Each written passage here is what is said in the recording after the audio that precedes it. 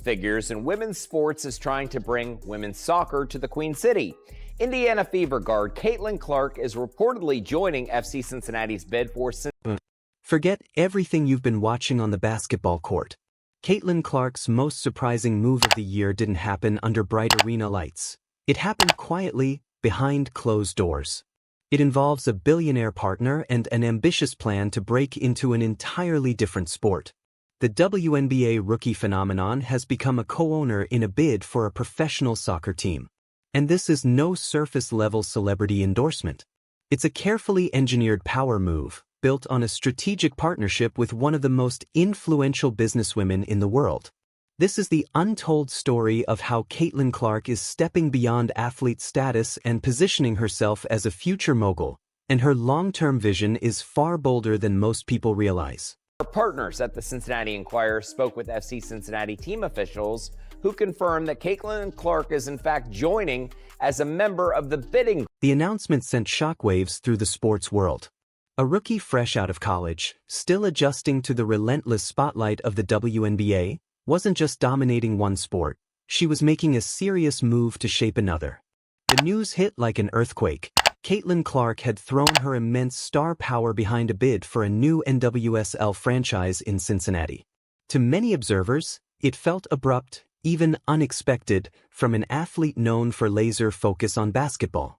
Some brushed it off as a flashy PR move, a famous name lending shine to a local project. But those who saw it that way completely missed the cold, calculated precision behind the decision. This wasn't a casual celebrity investment. It was a deliberate power play, a chess move executed with striking accuracy by an athlete who is proving she's just as dangerous in the boardroom as she is on the court. It was a clear message, subtle yet thunderous. Clark isn't here just to play the game, she intends to own it. Literally. This stunning development signaled that the Clark effect was about to stretch far beyond the hardwood, into unfamiliar territory where legacies are built not only through performance, but through empire building. And she isn't doing it alone, nor is she relying solely on her rapidly growing wealth. Largely overlooked by mainstream coverage is the true financial and strategic force behind the Cincinnati bid, billionaire Meg Whitman. Yes, that Meg Whitman, the former CEO of giants like eBay and Hewlett-Packard, a name synonymous with elite leadership and ruthless efficiency. Whitman, along with her husband, has committed enormous capital and decades of executive experience to this effort. A Silicon Valley architect who helped build global tech empires is now turning her attention to professional sports. The audacity of this partnership is staggering. Clark's generation-defining star power combined with Whitman's billions, her proven ability to scale organizations, and her deep understanding of markets transforms the Cincinnati bid from a hopeful idea into a near juggernaut. This detail reframes the entire story. It's not just a rookie athlete backing a soccer team, it's a cultural icon aligning with a titan of industry in a meticulously planned push for NWSL expansion. That's where the real intrigue lies, revealing Clark's move as a masterclass in long-term strategy rather than a headline grab. To casual fans, Clark's leap into soccer ownership seemed to come out of nowhere. Why soccer? Isn't she the basketball sharpshooter, the floor general, the generational scorer? On the surface, it might look like random diversification or a celebrity exploring a side interest. But anyone familiar with Clark's deeper history knows this is anything but impulsive. A closer look reveals an often forgotten chapter of her life. Long before record books fell on the basketball court, Caitlin Clark was a standout soccer player. Growing up, she was a true multi-sport athlete, excelling on the pitch with the same intensity and instinct that later defined her basketball career. Coaches from her youth soccer days recall her aggressive style, elite vision, and relentless competitiveness, traits that mirror her dominance on the court. She wasn't just participating, she was excelling, known for powerful strikes, sharp reads of the game, and exceptional footwork. This investment, then, goes far beyond money. It's a return to a sport she genuinely loves, a childhood passion reignited through the power of her platform. That authenticity adds real weight to her decision. She isn't simply buying into a team, she's reconnecting with a piece of her athletic identity, proving her drive has never been confined to a single sport. This isn't just business, it's personal. So why Cincinnati? Among countless cities competing for an NWSL expansion team, the choice might seem unusual at first glance. But viewed through the lens of Clark's brand, it's a strategic masterstroke. Clark has carefully built her public image around her Midwest roots, the Iowa kid who became a global sensation without losing her sense of home. Planting her flag in Cincinnati reinforces that narrative. It's geographically practical too, just a short distance from her Indiana base, allowing her to remain actively involved. Notably, she also won't be playing in the new basketball league Unrivaled. The 3-on-3 games start in January with 6 teams playing 14 games. Clark was offered a reported $1 million to take part, but sources say it is a thanks, but no thanks. Declined participation in the new 3-on-3 Unrivaled basketball league, reportedly turning down a $1 million offer, signaling where her priorities truly lie. More importantly, Cincinnati is already a proven soccer city.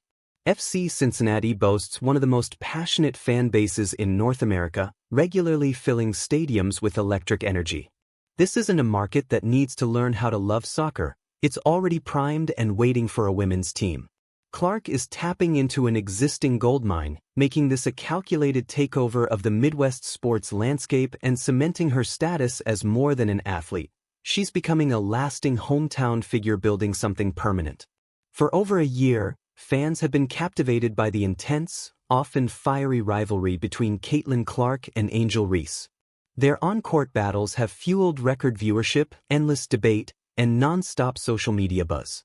Now, that rivalry is expanding into an even more compelling arena: sports ownership.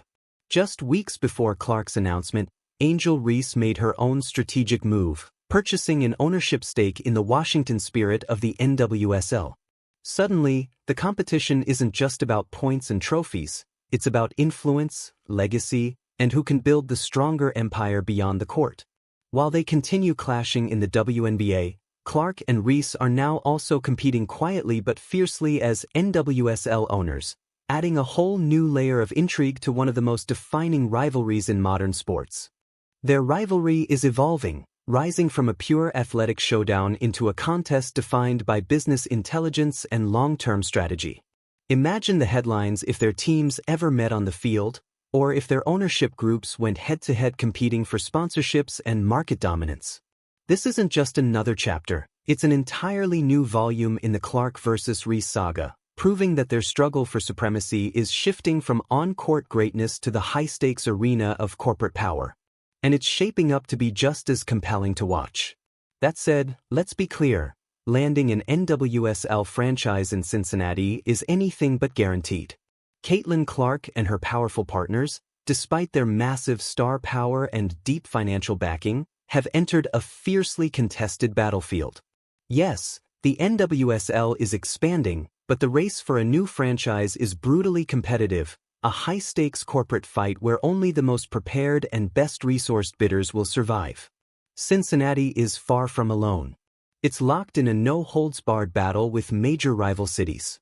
Cleveland, just a short drive away, is pushing an aggressive bid backed by wealthy and influential ownership. Denver, with its booming population and strong sports culture, presents a serious challenge. Philadelphia, a massive market with deep-rooted sports tradition, is also throwing its full weight into the race. Every one of these cities understands the economic and cultural value of an NWSL team, and they're willing to spend whatever it takes to secure it. This turns the expansion process into a cutthroat chess match, played with billions of dollars and civic pride on the line. Still, Cincinnati holds a unique advantage: the unparalleled Clark effect. Caitlin Clark's global recognition, her unmatched ability to command media attention, her enormous social media reach, and her proven power to drive record-breaking viewership could be the decisive edge that tips the balance. In a battle this close, her involvement alone might be the factor that pushes Cincinnati across the finish line. Ultimately, Clark's investment in an NWSL bid goes far beyond purchasing a stake in a sports team. It represents the Clark effect at its most extreme, almost gravitational in force. Over the past year, Clark has fundamentally reshaped how women's sports are perceived. She has acted as a catalyst, shattering attendance records, driving unprecedented ratings, and injecting mainstream energy into every game she touches. Now, she is deliberately channeling that influence to elevate an entire league, strengthen a whole sport, and permanently alter the narrative around women's professional athletics. This is the Advanced Playbook, a masterclass in converting personal brand into lasting legacy.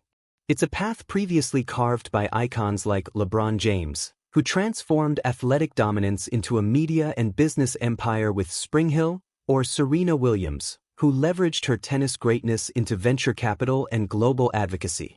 Clark is following in their footsteps, but at a breathtaking pace, making moves in her rookie year that took others a decade or more to achieve. Her message is unmistakable: women's sports are not a charity project. They are a powerful, rapidly growing, and highly profitable investment, an open frontier for innovation and expansion.